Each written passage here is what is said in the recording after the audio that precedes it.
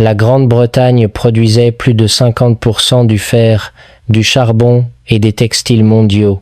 Elle construisait les chemins de fer qui reliaient les continents, les navires qui dominaient les mers, les usines qui alimentaient l'industrie mondiale. L'ingénierie britannique était si avancée que d'autres nations achetaient des machines britanniques, embauchaient des ingénieurs britanniques et copiaient les méthodes britanniques juste pour rester dans la course. Un siècle plus tard, la Grande-Bretagne ne pouvait plus produire d'acier à des prix compétitifs. Ses filatures textiles avaient fermé. Ses chantiers navals étaient silencieux. Les usines qui employaient autrefois des millions de personnes restaient vides.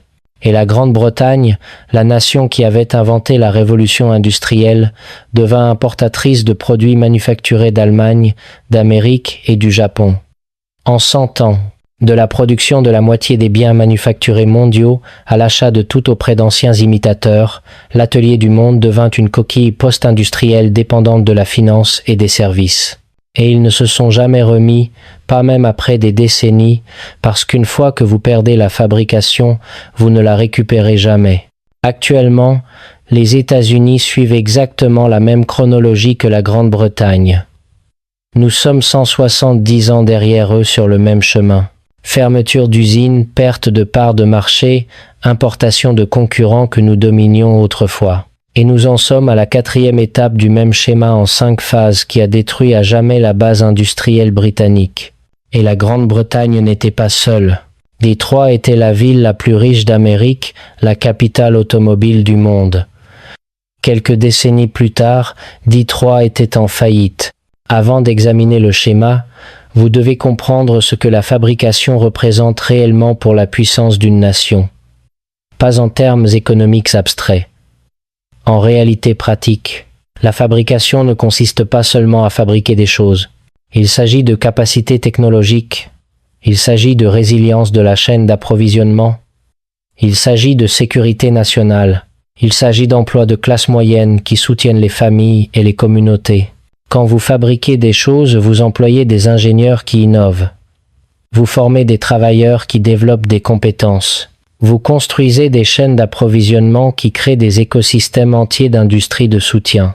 Une usine automobile n'emploie pas seulement des ouvriers de l'automobile, elle emploie des fournisseurs d'acier, des fabricants de pièces, des outilleurs, des entreprises de logistique, des ingénieurs, des designers.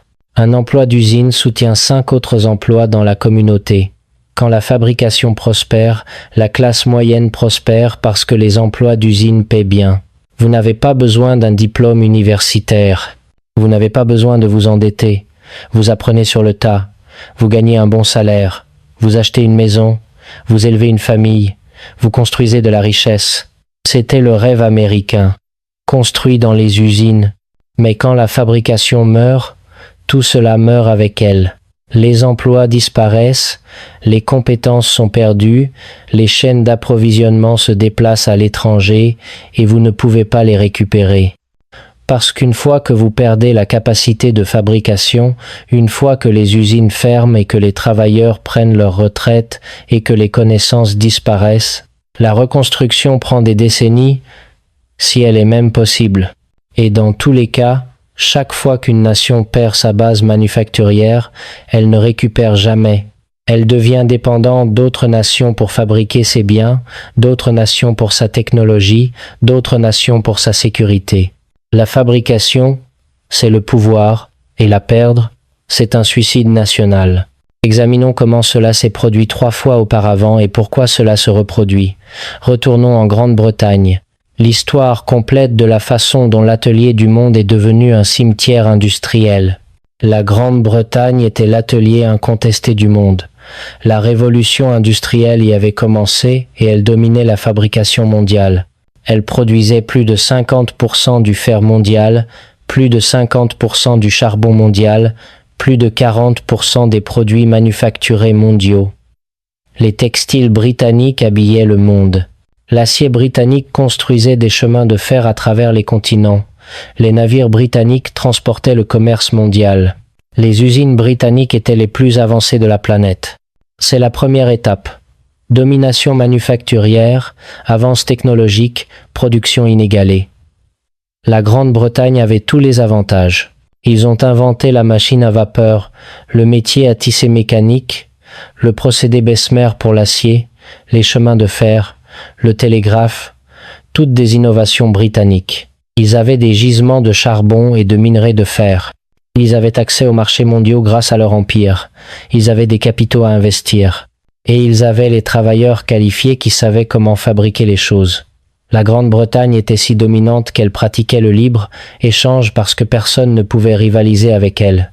Pourquoi avoir des tarifs quand vous gagnez? Mais la domination ne dure jamais. Parce que le succès engendre des imitateurs. Deuxième étape. Les concurrents émergent, copient la technologie, l'améliorent. L'Allemagne et les États-Unis ont commencé à s'industrialiser. Ils ont étudié les méthodes britanniques. Ils ont acheté des machines britanniques. Ils ont embauché des ingénieurs britanniques. Et puis ils ont amélioré tout. L'Allemagne a investi massivement dans l'enseignement technique. Ils ont créé des écoles d'ingénieurs qui formaient les travailleurs mieux que le système d'apprentissage britannique. Des entreprises allemandes comme Krupp et Siemens ont innové dans l'acier et le génie électrique. Bientôt, l'Allemagne produisait plus d'acier que la Grande-Bretagne. Les États-Unis avaient des avantages naturels que la Grande-Bretagne n'avait pas. De vastes ressources, du pétrole, un marché intérieur plus grand, et des entrepreneurs américains comme Carnegie et Rockefeller ont construit des empires industriels en utilisant la technologie la plus récente. Rapidement, les États-Unis produisaient plus d'acier que la Grande-Bretagne et l'Allemagne réunies. C'est la troisième étape. La part de marché diminue. La concurrence s'intensifie. Aujourd'hui, la Grande-Bretagne importe presque tout. Elle ne peut pas fabriquer son propre acier à des prix compétitifs. Elle a fermé ses dernières mines de charbon. Elle importe des produits manufacturés de Chine, d'Allemagne, d'Asie. La leçon de la Grande-Bretagne. Une fois que vous perdez la domination manufacturière, vous ne récupérez jamais. La technologie avance. Les concurrents vous dépassent. Et être le premier ne signifie rien quand d'autres le font mieux et moins cher. Mais la Grande-Bretagne était un vieil empire. Peut être qu'une seule ville, une base industrielle concentrée, pourrait mieux tenir. Détroit a prouvé le contraire. Détroit, Michigan, la cité automobile. Détroit était la ville la plus riche d'Amérique par habitant. C'était le centre de l'industrie automobile. Ford, General Motors et Chrysler, les trois grands, tous avaient leur siège là-bas. Ensemble, ils employaient 250 000 travailleurs directement à Détroit et des centaines de milliers d'autres dans les industries de soutien. Fournisseurs de pièces, fabricants d'outils et de matrices, aciéries, usines de caoutchouc, toute la chaîne d'approvisionnement automobile. C'est la première étape. Domination manufacturière, spécialisation dans une seule industrie. Si vous viviez à Détroit, vous travailliez dans l'industrie automobile ou pour quelqu'un qui y travaillait. Et le salaire était incroyable. Les emplois syndiqués UAW payaient 25 à 30 $ de l'heure en dollars d'aujourd'hui, plus les avantages sociaux, l'assurance maladie, les pensions, la sécurité de l'emploi. Un diplômé du lycée pouvait obtenir un emploi d'usine, acheter une maison, soutenir une famille et prendre une retraite confortable. C'était le rêve américain réalisé. La population de Détroit a atteint 8 millions d'habitants, le revenu par habitant le plus élevé du pays. Ils ont construit un système autoroutier. Les banlieues se sont développées. Le centre-ville avait des théâtres, des grands magasins, des restaurants. La ville était en plein essor, mais la domination les a rendus complaisants. Deuxième étape. Les concurrents émergent, améliorent le modèle. Les constructeurs automobiles japonais sont entrés sur le marché américain. Toyota, Honda, Nissan. Au début, les Américains les ont rejetés. Petites voitures, bon marché, de mauvaise qualité. Mais les Japonais se sont améliorés rapidement. Ils ont étudié la fabrication américaine et l'ont améliorée. Ils ont inventé la fabrication Lean, l'inventaire juste, à temps, le Kaizen, l'amélioration continue. Et ils ont construit de meilleures voitures. Plus fiables, plus économes en carburant, moins chères à entretenir. Quand la crise pétrolière a frappé et que les prix de l'essence ont grimpé, les muscles cars américaines sont devenus indésirables. Les gens voulaient de l'efficacité énergétique, et les voitures japonaises livraient. Les trois grands ont continué à construire les mêmes voitures, grandes, inefficaces, peu fiables. Ils ont supposé que les consommateurs américains achèteraient toujours américain. Ils avaient tort. Troisième étape, la part de marché diminue. La délocalisation commence. Les constructeurs automobiles japonais détenaient 30% du marché américain. Les trois grands perdaient des parts de marché, et leur réponse a été de réduire les coûts. Ils ont fermé des usines à Détroit et ont déplacé la production vers des États où les salaires étaient moins élevés. Tennessee, Alabama, Caroline du Sud. Ensuite, ils ont délocalisé au Mexique. Les emplois bien rémunérés à Détroit ont été remplacés par des emplois à bas salaire à l'étranger. Quatrième étape, les fermetures d'usines s'accélèrent. Les emplois disparaissent. Les trois grands ont fermé usine après usine à Détroit. Des dizaines de milliers d'emplois perdus. Les travailleurs licenciés ne pouvaient pas trouver d'emplois équivalents. Un emploi d'usine payant 60 000 $ par an devenait un emploi de vente au détail payant 25 000 $. Si vous aviez de la chance, la classe moyenne de Détroit s'est effondrée. La population a chuté. De 8 millions à moins d'1 million, puis à 700 000. Aujourd'hui, moins de 650 000. Les quartiers entiers ont été abandonnés. Les maisons se sont détériorées. La criminalité a explosé. Les revenus fiscaux se sont effondrés. La ville ne pouvait pas payer les services de base. Les écoles ont fermé. Les pompiers ont été licenciés. Les lampadaires se sont éteints. Les pompiers ont été licenciés. Cinquième étape, désindustrialisation complète, dépendance économique. Détroit a fait faillite. Les usines sont démolies ou abandonnées. L'industrie automobile a disparu de la ville. Et la population restante vit dans la pauvreté, entourée des ruines de ce qui était autrefois la ville la plus riche d'Amérique. La leçon de Détroit. Quand la fabrication part, elle emporte des communautés entières avec elle, et les emplois ne reviennent jamais. Mais être que Détroit était trop spécialisé. Être qu'une région entière avec une fabrication diversifiée pourrait survivre. La Rust Belt a prouvé le contraire. La Rust Belt. L'Ohio, la Pennsylvanie, l'Indiana, le Michigan, l'Illinois, le cœur de la fabrication américaine. C'était la région qui produisait l'acier, les automobiles, les machines, les outils. Youngstown produisait de l'acier. Pittsburgh produisait de l'acier. Gary, Indiana produisait de l'acier. Akron produisait des pneus. Buffalo produisait des machines. Flint produisait des automobiles. Cleveland produisait tout. Des millions de personnes travaillaient dans la fabrication. Des emplois syndiqués bien rémunérés. La classe moyenne prospérait. C'est la première étape. Domination manufacturière, production diversifiée. La Rust Belt avait tout. Acier, automobile, caoutchouc, machines, produits chimiques, verre. Si c'était fabriqué, la Rust Belt le fabriquait. Deuxième étape. Les concurrents émergent, améliorent les méthodes. Le Japon a reconstruit après la guerre et a ciblé l'acier et les automobiles.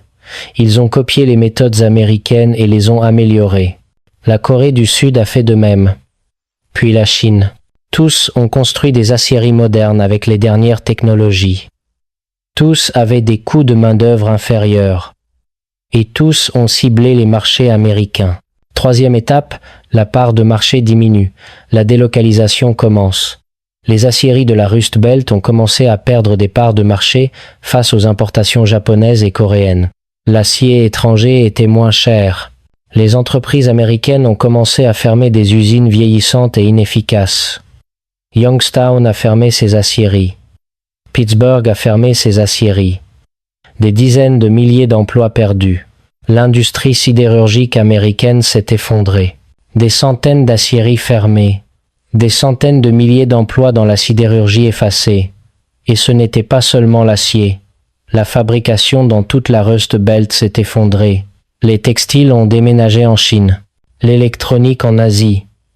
Les machines au Mexique. L'ALENA a accéléré la délocalisation. Les entreprises pouvaient déplacer des usines au Mexique, payer les travailleurs 2 dollars de l'heure au lieu de 25 et importer les marchandises en franchise de droit. Des milliers d'usines ont déménagé. 4e étape. Les fermetures d'usines s'accélèrent. Les emplois disparaissent. Les années 2000 ont été le coup fatal. La Chine a rejoint l'OMC et la fabrication chinoise a explosé. Bientôt, la Chine produisait plus d'acier que le reste du monde combiné. Il fabriquait tout. Textiles, électroniques, machines, outils, meubles, à des prix que les usines américaines ne pouvaient pas égaler. La Rust Belt a perdu des emplois massivement. L'emploi dans la fabrication est passé de 19 millions à 11 millions.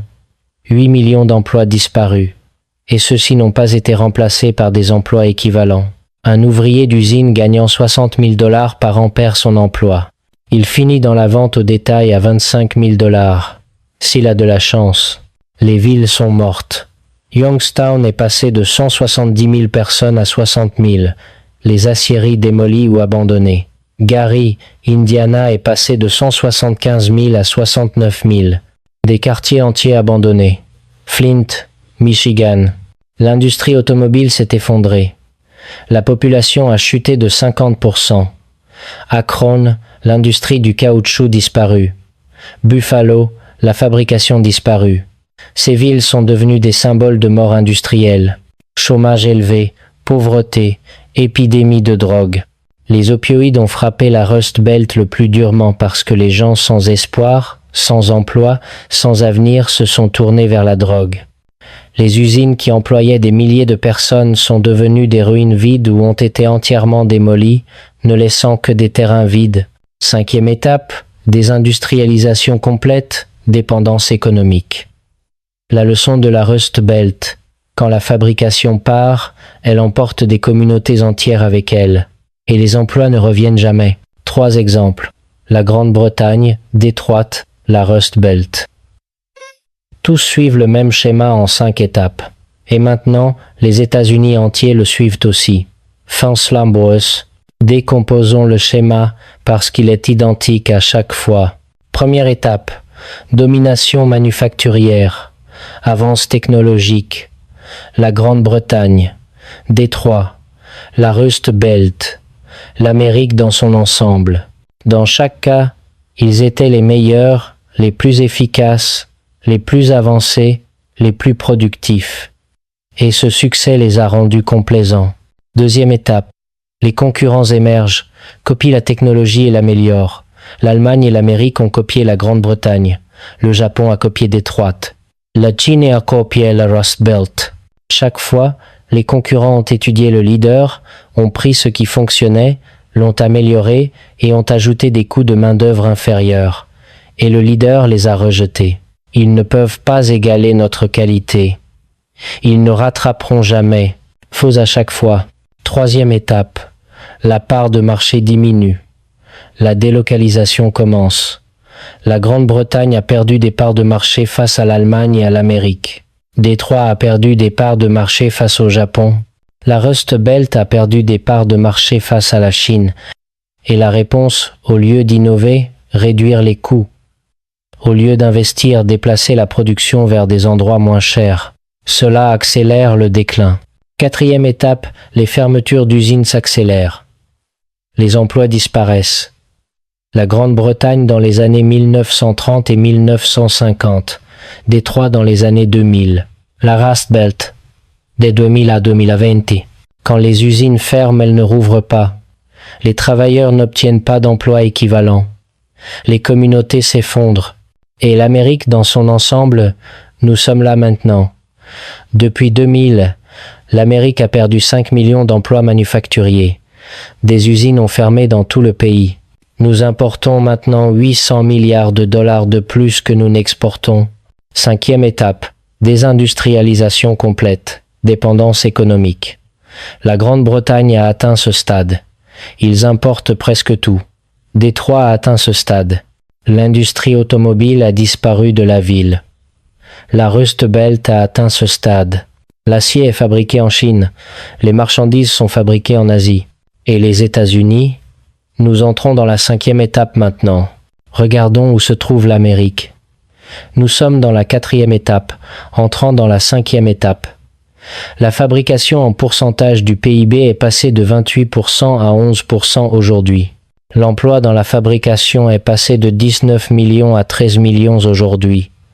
Même si la population a presque doublé, nous avons perdu la capacité de fabriquer à grande échelle. Nous ne pouvons pas fabriquer nos propres produits pharmaceutiques.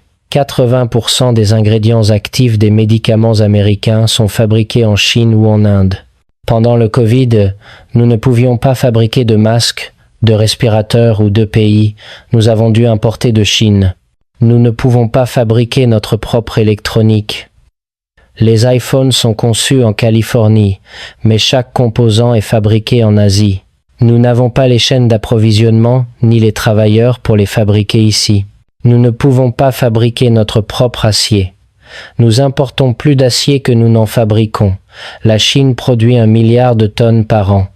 Les États-Unis produisent 80 millions. Nous sommes dépendants. Nous ne pouvons pas construire de navires. La Chine construit 40% des navires du monde. L'Amérique en construit moins de 1%. Notre marine dépend de navires construits à l'étranger. Nous ne pouvons pas fabriquer de semi-conducteurs avancés. Taïwan fabrique 90% des puces avancées du monde. Si la Chine prend Taïwan, nous perdons l'accès aux puces qui font fonctionner tout. Voitures, armes, ordinateurs, tout. Nous avons vidé notre base manufacturière et la remplacer prendrait des décennies et des billions de dollars, si c'est même possible. Parce que les connaissances ont disparu. Les travailleurs qui savaient comment faire fonctionner les usines ont pris leur retraite ou sont morts. Les chaînes d'approvisionnement se sont déplacées en Asie. Les machines ont été vendues ou mises au rebut. Vous ne pouvez pas simplement appuyer sur un interrupteur et redémarrer la fabrication américaine. Nous avons perdu 50 ans de capacité. Et les conséquences économiques sont catastrophiques. Déficit commercial de 800 milliards de dollars par an. Nous importons 800 milliards de dollars de plus que nous n'exportons. C'est 800 milliards de dollars par an qui quittent le pays pour ne jamais revenir. Pas d'emploi de classe moyenne.